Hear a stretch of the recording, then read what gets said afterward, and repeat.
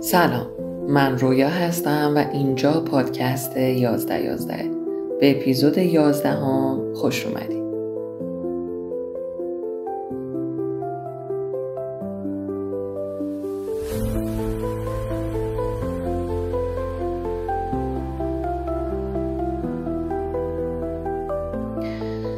خب اگه تو دنیای سوشال مدیا حضور داشته باشی یا به ویترین مغازه ها دقت کرده باشی یا حتی در سطح شهر یه قدم کوچولو هم که زده باشی قطعاً باهاش برخورد داشتی. از چی صحبت میکنم؟ بله، لبوبو. این روزا اسم لبوبو همه جا شنیده میشه. عروسکی که نصف دنیا تقریباً عاشقشن. یه عروسک کوچولو با گوشای خرگوشی بانمک در تقابل با دندونای نیشدار و یه لبخند عجیب و کریپی که همزمان هم بامزه است هم یه جورایی آزاردهنده. نمیدونم چقدر باش آشنایی دارین، ولی داستان به صورت خلاصه اینه که لبوبو از شخصیت‌های مصور یک هنرمند هنگ‌کنگی به نام لانگ بوده که بعداً با همکاری شرکت پاپ مارت به صورت عروسک‌های کلکسیونی در اومده و روانه بازار شده. اما اون چیزی که این عروسک رو خیلی ترند کرد حضور لبوبو در دست سلبریتی ها بود. وقتی اشخاص مشهوری شروع کردن به استفاده ازش به یکی از خواستنی ترین اکسسوری ها در سوشال مدیا تبدیل شد و به خاطر مکانیسم فروش خاصی که براش در نظر گرفته بودن که به صورت بلایند باکس یا فروش جعبه شانسی بود و از طرفی هم به تعداد محدود و زماندار عرضه می شد، به خاطر ایجاد اون حس هیجان و کمیاب بودنش در مدت زمان کوتاهی تونست خیلی خاص و بولد بشه. از اون لحظه به بعد لبوبو دیگه فقط یک عروسک نبود، بلکه تبدیل به یه نشونه فرهنگی شد. یه چیز مثل آیتم عضویت در یک باشگاه خاص. به نظرم باید این سوال رو از خودمون بپرسیم. چی شده که یه عروسک ساده تبدیل به یه نیاز در سطح جهانی شده؟ چی شده که تب لبوبو داره همه جا رو برمی داره؟ چه اتفاقی میفته که ما برای داشتن و صاحب چیزی شدن انقدر خودمونو به آب و آتیش میزنیم؟ موضوع سر یک عروسک یا یک اکسسوری نیست. موضوع اینه که با داشتن یه عروسک، یه گوشی، یه کیف از یه برند خاص چه نیازی در ما داره ارضا میشه؟ چه خلایی از ما داره پر میشه؟ من با این موضوع زمانی روبرو شدم که یکی از دوستانم تو سفر دنبال لبوبو میگشت و در پی یه مدل خاصش بود. خیلی با هیجان و اضطراب از این مغازه به اون مغازه میکرد. گفتم چرا انقدر پریشونی؟ گفت اونی که میخوامو ندارن. باید تا قبل پرواز حتما گیرش بیارم. آخرش یکی رو تو بازار سیاه پیدا کرد که 2 برابر قیمت باهاش حساب کنه. وقتی اومد ازش پرسیدم واقعا ارزششو داشت؟ گفت آره. وقتی دستم گرفتمش حس کردم جزء بازیم. این دقیقاً همون چیزیه که ازش صحبت میکنم. سوار شدن بر موج ترندها که هر روز تو رو یه جا میبره. حالا امروز با یه عروسک، فردا با یه گوشی، پس فردا با یه مدل کفش و این داستان همینطور ادامه داره و تو مشغول موج سواری هستی. این جمله که وقتی دستم گرفتمش حس کردم جزء بازیم شاید در ظاهر یه جمله بازیگوشانه و هیجان انگیز باشه، ولی پشتش این مفهوم خوابیده. ترسیدم جا بمونم. ما انسان‌ها موجودات اجتماعی هستیم و از همون دورانی که به صورت قبیله‌ای زیست داشتیم یکی از بزرگترین ترس‌های ما ترس از کنار گذاشته شدن بوده. امروزه که در قرن 21 هم زندگی می‌کنیم این موضوع فرق زیادی نکرده فقط قبیله ها شکل عوض کردن و شاید اوضاع کمی وخیمتر هم شده. اگه قبلا 15 نفر بودن که برای تایید شدن باید همرنگشون می شدم، الان در دهکده بزرگ جهانی باید با میلیون ها و شاید هم با میلیاردها آدم یک دست بشم و هر روز داره به سطح اضطراب و فشار ناشی از این هماهنگی اضافه میشه. بذارین یه مثال بزنم. یادتونه وقتی مدرسه میرفتیم یه مدل کفش یا یه کیف خاص مد میشد یا مثلا یه مدل جامه دادی؟ یادم مثلا دوران مدرسه من ترند اون روزا کفش آلستار بود و اگه نداشتیش این حس رو میگرفتی که من کمم، دیده نمیشم، من جز این آدما نیستم. الان هم همونه، فقط شکلش عوض شده. خیلی از آدما میتونن گوشی‌های مختلفی بر اساس نیازشون بخرن، گوشی‌هایی که متناسب‌تر با خواسته هاشونه، اما یک برند رو انتخاب میکنن. حاضرن برای پرداخت هزینه‌اش چک بکشن و زیر بار قرض و بدهی اون برن، ولی اون گوشی رو داشته باشن. وقتی ازش بپرسید چرا این برند رو انتخاب کردی، میگه وقتی این گوشی رو دستت میگیری حس میکنی که نگاه بقیه توی جمع نسبت به تو عوض میشه. به خاطر اعتباری که بهم میده دوستش دارم. یا مثلا برند لباسی که میپوشیم. چرا یه لوگوی کوچولو روی تیشرت میتونه قیمتش رو 10 برابر کنه؟ موضوع دیگه فقط نخ و پارچه نیست. موضوع هویت اجتماعیه که با اون لوگوی کوچولو برات تعریف میشه. و یا لبوبو یه نشونه است که میگه من جزء این اجتماع ترندی هستم. به این عبارت ها دقت کنین. اعتبار، حس تعلق به گروهی، حس خاص بودن، هویت اجتماعی، حس دیده شدن، حس تایید شدن. آیا واقعاً یک شخص با داشتن یک گوشی از یک برند خاص، داشتن یک اکسسوری خاص، یک تیشرت از یک برند خاص اعتبار پیدا میکنه؟ آیا وسایل، اشیا، کالاها میتونن به ما اعتبار بدن؟ اعتبار ما دقیقاً در چیه؟ خوبه که به جواب این سوالا فکر کنیم. البته این موضوع با علاقه‌مندی من به یک برند متفاوته. مثلا ممکنه من به یک برند علاقه‌مند باشم چون به سبک طراحی محصولاتش، کاربردی بودنش برای من علاقه دارم. و یا به تفکری که پشت هویت برند خوابیده. مثلا برندیه که دوستدار محیط زیسته. این میشه علایق شخصی من.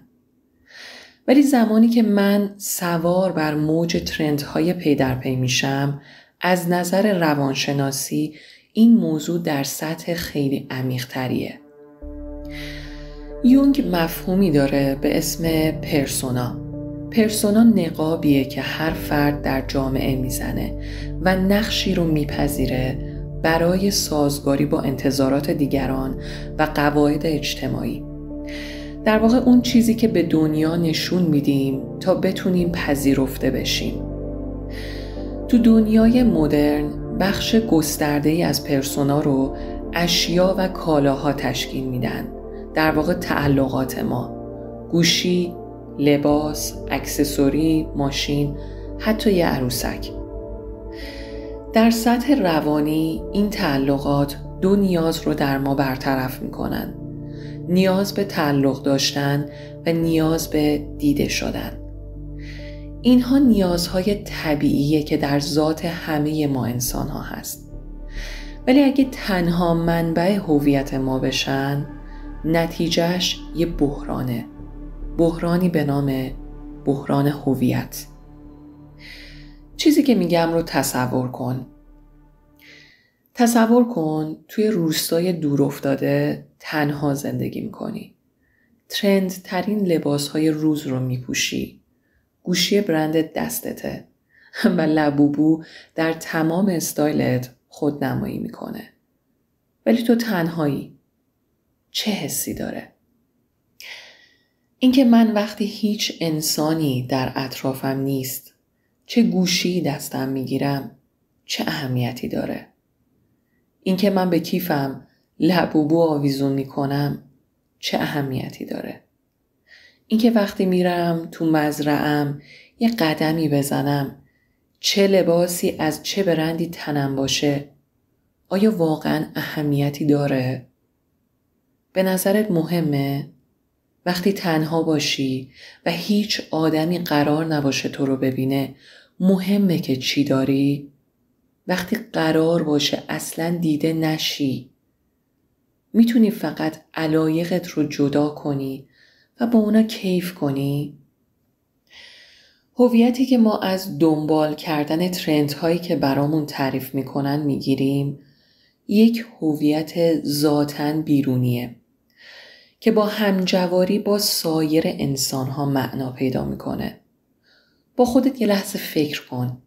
اگه تنها تو غار زندگی میکردی، کدوم یکی از اینا برات مهم بود؟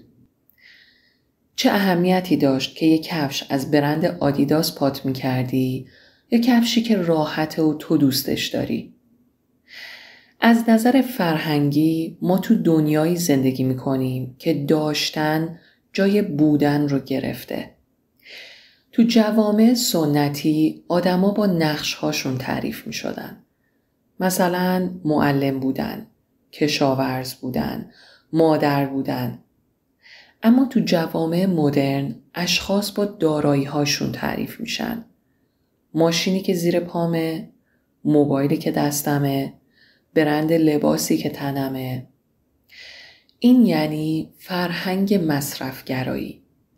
برای یک سری از گروه‌ها در جامعه این تمایلات به مصرفگرایی قطعاً سودآور خواهد بود. به خاطر همین روز به روز بیشتر ما رو به این سمت هل میدن. حتی نمیتونم بگم هدایت میکنن، چون متاسفانه از اون مرحله گذر کردیم. لبوبو و امثال لبوبوها همین شدن نمادهایی برای رسوندن این پیام که من کی هستم. اگر دیگران منو با دارایی هام نبینن، من وجود نخواهم داشت. من هویتی نخواهم داشت. من حس نامرئی بودن میکنم. چون هویتم با دیده شدن توسط دیگری داره شکل میگیره. فرهنگ مصرفگرایی یه جور هویت سریع و آماده به ما میده. هویت فست فودی که تو برای به دست آوردنش لازم نیست تلاش خاصی کنی. فقط کافیه صاحب اون کالا بشی. به صورت اتوماتیک اون هویت برای تو فعال میشه و یک کارت نامرئی از عضویت اون قشر رو میگیری. حالا بریم یک لایه عمیق‌تر بشیم. وقتی هویتمون رو فقط با اشیا و تعلقاتمون تعریف میکنیم، کم کم از خود واقعیمون فاصله میگیریم.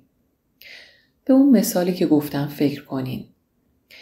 اگه تو این دنیا تنها باشی، مهم مارک رو لباست چیه؟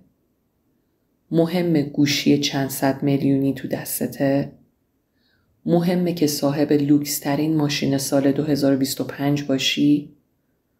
یا فقط مهمه که تو چیزایی رو داری که خودت دوستشون داری و حالت باهاشون خوبه؟ اینکه ارزش‌های درونیمون، باورهامون و انتخاب‌های عمیق‌ترمون باشن که ما رو تعریف کنن، نه تعلقاتمون، میتونن کمکمون کنن بفهمیم من کیم، فارغ از چیزایی که دارم، من چی دوست دارم. اگه فقط بخوایم هویتمون رو از چیزایی که داریم بگیریم، تبدیل میشیم به یه ویترینی که هر روز باید با کالاهای ترندی‌تر، لوکس‌تر و خاص‌تر پرش کنیم تا بتونیم تو این سطح از رقابت سنگین که هیچ وقت هم تمومی نداره دووم بیاریم. ولی ما به یک لنگر درونی نیاز داریم که در غیبت و نبود دیگری هم حس کنیم هنوز وجود داریم و زمانی که دیگران چشمشون رو روی ما میبندن هویتمون رو از دست ندیم و این فقط وابسته به هویت درونی ماست. هویتی که از ارزش‌های شخصیمون، علایق شخصیمون و انتخاب‌های آگاهانه ما بر پایه ارزشمندی درونیمون شکل میگیره. حالا چطور میتونم هویتم رو باز تعریف کنم؟ اولین نکته اینه که شروع کنی ارزش‌های شخصیت رو پیدا کنی. یعنی به جای اینکه این سوال رو بپرسم دیگران منو چطور میبینن، بپرسم چی واقعاً برای من مهمه؟ تو به چه چیزایی اهمیت میدی؟ وقتی ارزش‌هاتو بشناسی، تصمیماتت رو بر اساس معیارهای خودت میگیری. نکته دوم اینه که تمرکزت رو بذاری روی توانمندی‌ها و استعدادهات. چیزی که میتونی خلق کنی و به وجود بیاری یا توانمندی که میتونی شکوفاش کنی ارزش خالصه که هم به خودت خدمت میکنه هم با ابرازش تو به جهان اطرافت خدمت میکنی. نکته سوم که کمکت میکنه هویتت رو درونی کنی اینه که سعی کنی با آدم‌های واقعی ارتباط بگیری. به جای ارتباط با افرادی که مجبوری در کنارشون فقط ویترینت رو دیزاین کنی و تغییر دکور بدی، برو دنبال جمع‌های واقعی. دوستایی که به خاطر خودت دوستت دارن، نه چیزایی که صاحبشونی. آدمایی که باهات هم فکر و هم فرکانسن، باهات همدلن و شادی تو شادی اوناست. و نکته چهارم اینه که در زمان انتخاب چیزی ذهن آگاه باشی و از خودت بپرسی چیزی که دارم انتخاب میکنم علاقه قلبیمه یا صرفاً برای اعتبار گرفتن میخوام داشته باشمش. همین تمرین کوچولوی ساده کمکت میکنه کم کم بیشتر به خود واقعیت نزدیک بشی و اسیر فشارهای بیرونی نباشی و از چرخه مصرفگرایی خارج بشی. ارزش‌های ما در درون ما ریشه دارن. ارزش ما گوهر وجودیه که من باهاش سفر زندگیم رو آغاز کردم و هیچ وقت وابسته به این نیست که کسی به من اعتبار بده یا نده. هویت واقعی هیچ وقت نیاز به اثبات نداره. یادت باشه از تو فقط یه دونه تو این دنیا هست و جهان هستی این طور رقم زده که یکی با ویژگی‌های مخصوص تو روی این کره خاکی حضور داشته باشه. پس اینو بدون، حضور تو هدیه‌ای هست به این جهان. با هر آنچه که هستی، با هر انتخابی که داری، در هر جایگاهی که هستی.